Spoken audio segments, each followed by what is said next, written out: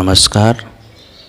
हम पढ़ रहे हैं राहुल संकृत्यान जी की खास रचनाओं में से एक वोल्गा से गंगा की एक कहानी निशा। अब तक हमने ये भाग एक पढ़ लिया है।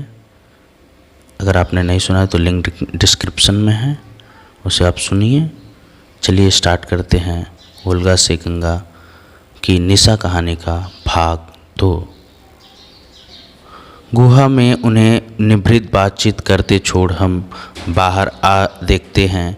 बर्फ पर चमड़े से ढके बहुत से पैर एक ही दिशा में की ओर जा रहे हैं। चलो उन्हें पकड़े हुए जल्दी जल्दी चले। अभी वह पद पंक्ति तिरछी हो पार वाली पहाड़ी के जंगल में पहुंची। हम तेजी से दौड़ते हुए बढ़ते जा रहे हैं, किंतु ताजी पद पंक्ति खत्म होने को नहीं आ रही है। हम कभी श्वेत हिम क्षेत्र में चलते हैं, कभी जंगलों में ही पहाड़ी की रीढ़ को पार कर दूसरे हिम क्षेत्र, दूसरे पर्वत वन को लागते हुए बढ़ते हैं। आखिर नीचे की ओर से एक वृक्षहीन पहाड़ी की रीढ़ पर हमारी नज़र पड़ी। वहाँ नीचे से उठती श्वेत हिमराशि नील नभ में मिल रही है, और उस नील नभ में अपने को अंकित करती हुई कितनी ही मानव मूर्तियाँ पर्वत पृष्ठ की आड़ में लुप्त हो रही हैं। उनके पीछे नीला आकाश न होता हो निश्चय ही हम उन्हें न देख पाते। उनके शरीर पर हिम जैसा श्वेत चर्म मृग है। उनके हाथों में हथियार भी सफ़ेद रंग के ही रंगे मालूम होते हैं। फिर महान श्वेत हिम क्षेत्र में उनकी हिलती डुलती मूर्तियों को भी कैसे पहचाना जा सकता है। और पास चलकर देखें, सबसे आगे सुपुष्ट शरीर की एक स्त्री है। आयु 40 और 50 के बीच होगी। उसकी खुली दाहिनी भुजा को देखने से ही पता चलता है कि वह बहुत बलिष्ठ स्त्री है। उसके बाल, चेहरे, अंग प्रत्यंग गुहा की प्रयुक्त दोनों तरुणियों के समान किंतु बड़े आकार के हैं। उसके बाएं हाथ में 3 हाथ लंबी भुर्ज की मोटी नोकदार लकड़ी है। दाहिने में चमड़े की रस्सी से लकड़ी के बेत में बंधा घिसकर तेज किया हुआ पाषाण परशु है। उसके पीछे पीछे 4 मर्द और 2 स्त्रियां चल रही हैं। एक मर्द की आयु स्त्री से कुछ अधिक होगी, शेष 26 से 14 वर्ष के हैं। बड़े मर्द के केस भी वैसे ही बड़े बड़े तथा पांडु श्वेत हैं। उसका मुंह उसी रंग की घनी दाढ़ी मूछ से ढका हुआ है। उसका शरीर भी स्त्री की भांति ही बलिष्ठ है। उसके हाथों में भी वैसे ही 2 हथियार हैं। बाकी 3 मर्दों में 2 उसी तरह की घनी दाढ़ी मूछों वाले किंतु उम्र में कम हैं। स्त्रियों में एक 22, दूसरी 16 से कम है। हम गुहा के चेहरों को देख चुके हैं और दादी को भी। सबको मिलाने से साफ मालूम होता है कि इन सभी स्त्री पुरुषों का रूप दादी के सांचे में ढला हुआ है। इन नर नारियों के हाथ में के लकड़ी, हड्डी और पत्थर के हथियारों और उनकी गंभीर चेष्टा से पता लग रहा है कि वे किसी मुहिम पर जा रहे हैं। पहाड़ी के नीचे उतरकर अगुआ स्त्री माँ कहिए बाईं ओर घूमी। सभी चुपचाप उसके पीछे चल रहे हैं। बर्फ पर चलते वक्त चमड़े से उनके ढके पैरों से जरा भी शब्द नहीं निकल रहा है। अब आगे की ओर लटकी हुई बड़ी चट्टान है, जिसके बगल में कई चट्टानें पड़ी हुई हैं। शिकारियों ने अपनी गति अत्यंत मंद कर दी है। वे तितर बितर होकर बहुत सजग हो गए हैं। वे सारे पैरों को चीरकर बहुत देर करके एक पैर के पीछे दूसरे पैर को उठाते, चट्टानों को हाथ से स्पर्श करते आगे बढ़ रहे हैं। माँ सबसे पहले गुफा के द्वार खुलाव पर पहुँची। वह बाहर ही सफ़ेद बर्फ को ध्यान से देखती है। वहाँ किसी प्रकार का पद चिन्ह नहीं है। फिर वह अकेले गुफा में घुसती है। कुछ ही हाथ बढ़ने पर गुफा घूम जाती है। वहाँ रोशनी बहुत कम है। थोड़ी देर ठहर कर वह अपनी आँखों को अभ्यस्त बनाती है, फिर आगे बढ़ती है। वहाँ देखती है 3 भूरे भालू, माँ, बाप, बच्चा, मुँह नीचे किए धरती पर सोए या मरे पड़े हैं। उनमें जीवन का कोई चिन्ह नहीं दिख पड़ता। माँ धीरे से लौट आई। परिवार उनके खिले चेहरे को ही देखकर भाव समझ गया। माँ अंगूठी से कानी अंगुली को दबाकर 3 अंगुलियों को फैलाकर दिखाती हैं। माँ के बाद 2 मर्द हथियारों को संभाले आगे बढ़ते हैं। दूसरे सांस रोके वहीं खड़े प्रतीक्षा करते हैं। भीतर जाकर माँ भालू के पास जाकर खड़ी होती है, बड़ा पुरुष भालूनी के पास और दूसरा बच्चे के पास। फिर वे अपने नोकदार डंडे को एक साथ ऐसे जोर से मारते हैं कि वह कोख में घुसकर कलेजे में पहुंच जाता है। कोई हिलता डोलता नहीं है। जाड़े में की 6 मासी निद्रा के टूटने में अभी महीने से अधिक की देर है, किंतु माँ और परिवार को इसका क्या पता। उन्हें तो सतर्क रहकर ही काम करना होगा। डंडे की नोक को 3 बार 4 बार और पेट में घुसा वे भालू को उलट देते हैं। फिर निर्भय हो उनके अगले पैरों और मुंह को पकड़कर घसीटते हुए उन्हें बाहर लाते हैं। सभी खुश हो हंसते और ज़ोर ज़ोर से बोलते हैं। बड़े भालू को चित उलटकर माँ ने अपने चमड़े की चादर से एक चकमक पत्थर का चाकू निकाला, फिर घाव की जगह से मिलाकर पेट के चमड़े को चीर दिया। पत्थर के चाकू से इतनी सफाई के साथ चमड़े का चीरना अभ्यरत और मजबूत हाथों का ही काम है। उसने नरम कलेजी का एक टुकड़ा काटकर अपने मुंह में डाला, दूसरा सबसे छोटे 14 वर्ष के लड़के के मुंह में। बाकी सभी लोग भालू के गिर्द बैठ गए। माँ सबको कलेजी का टुकड़ा काट कर देती जा रही थी। एक भालू के बाद जब माँ ने दूसरे भालू पर हाथ लगाया, उस वक्त पोड़सी तरुड़ी बाहर गई। उसने बर्फ का एक डला मुंह में डाला। उसी वक्त बड़ा पुरुष भी बाहर आ गया। उसने भी एक डले को मुंह में डाल पोड़सी के हाथ को पकड़ लिया। वह जरा झिझक कर शांत हो गई। पुरुष उसे अपनी भुजा में बांधकर एक ओर ले गया। पोड़सी और पुरुष हाथ में बर्फ का बड़ा डला लिए हुए जब भालू के पास लौटे, तब दोनों के गालों और आंखों में ज़्यादा लाली थी। पुरुष ने कहा, मैं काटता हूँ, तू थक गई है। माँ ने चाकू को पुरुष के हाथ में दे दिया। उसने झुककर 24 वर्ष के तरुण के मुंह को चूमा, फिर उसका हाथ पकड़कर बाहर चली गई। उन्होंने 3 भालुओं की कलेजी को खाया। 4 मास के निराहार सोए भालुओं में चर्बी कहाँ से रहेगी। हाँ, बच्चे भालू का मांस कुछ अधिक नरम सुस्वादु था, जिसमें से भी कितना ही उन्होंने खा डाला। फिर थोड़ी देर विश्राम करने के लिए सभी पास पास लेट गए। अब उन्हें घर लौटना था। नरमादा भालुओं को 2-2 आदमियों ने चमड़े की रस्सी से चारों पैरों को बांध डंडे के सहारे कंधे पर उठाया और छोटे भालू को एक तरुड़ी ने। माँ अपना पाषाण परशु संभाले आगे आगे चल रही थी।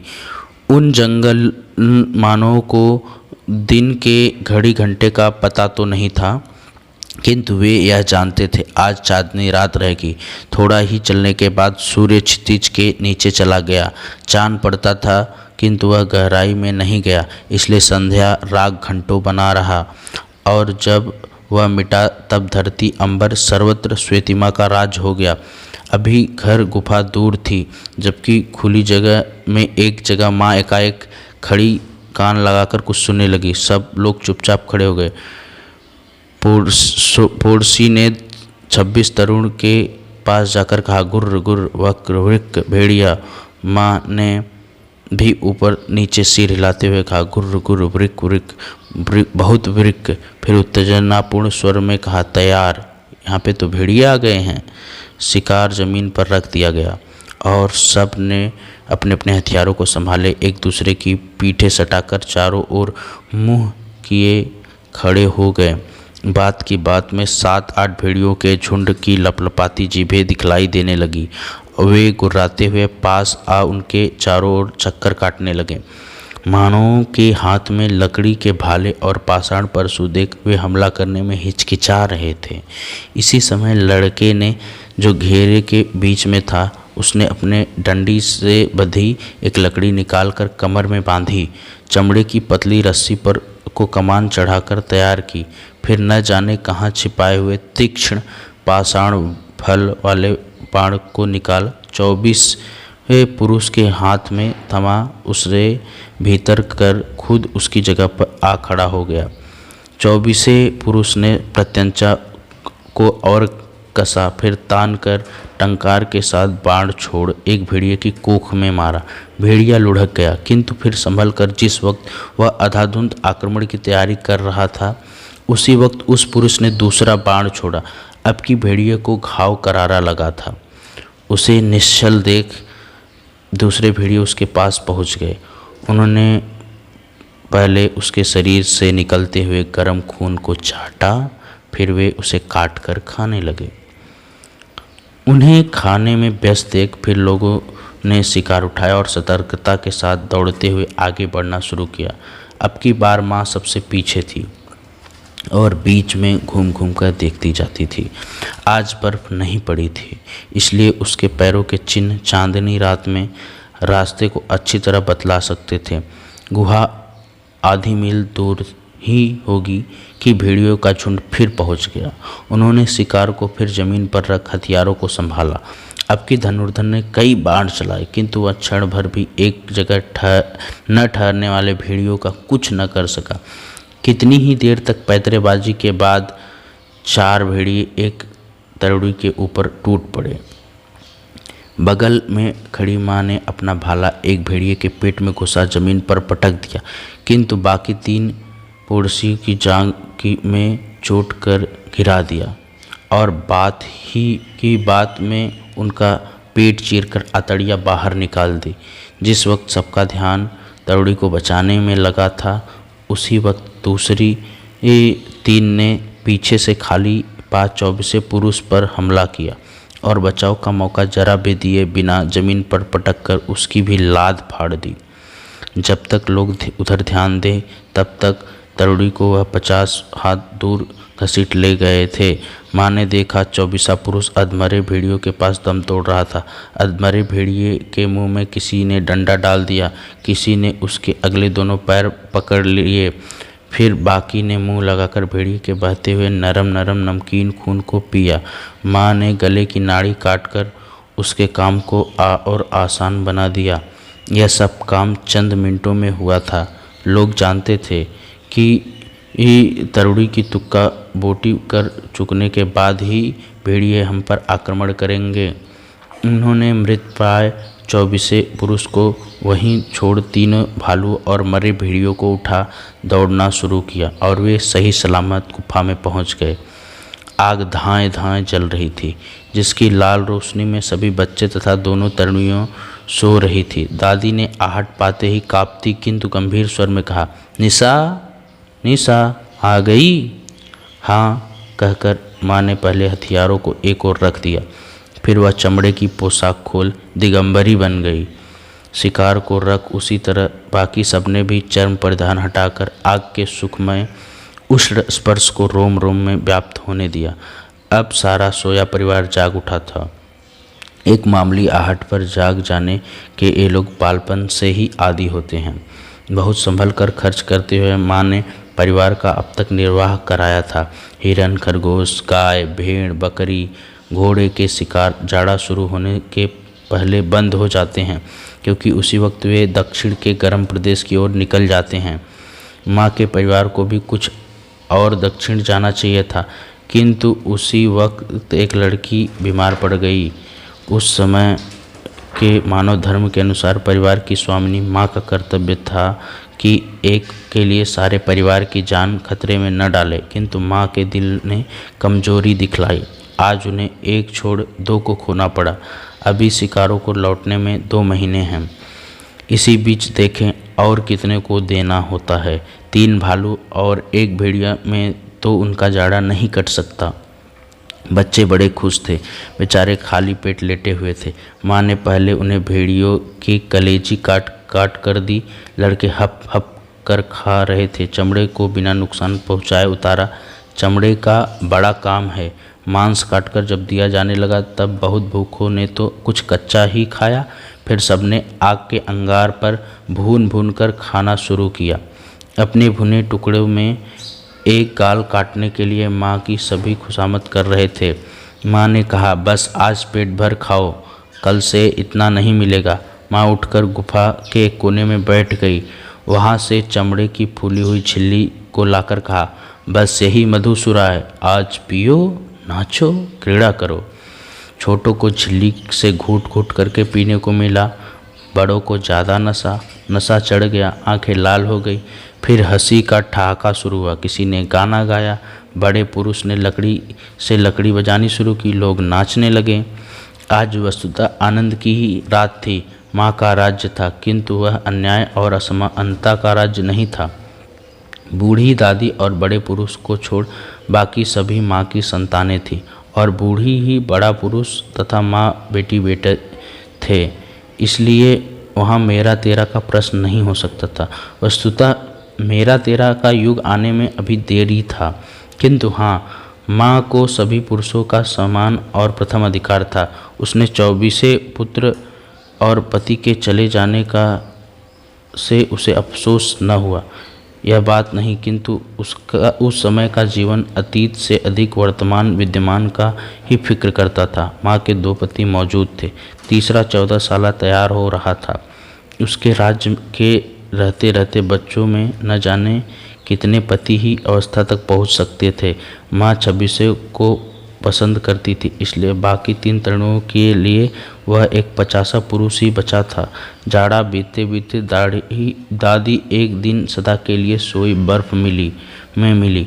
बच्चों में से 3 को भेड़िए ले गए और बड़ा पुरुष बर्फ पिघलने पर उमड़ी नदी के प्रवाह में चला गया। इस प्रकार परिवार 16 की जगह 9 का रह गया। धन्यवाद। अभी आपने सुनी ओल्गा से गंगा कहानी का निशा भाग 2। उम्मीद है कहानी आपको पसंद आ रही होगी। कृपया लाइक शेयर कमेंट करें। कहानी का तीसरा भाग अगले हिस्से में रहेगा। धन्यवाद।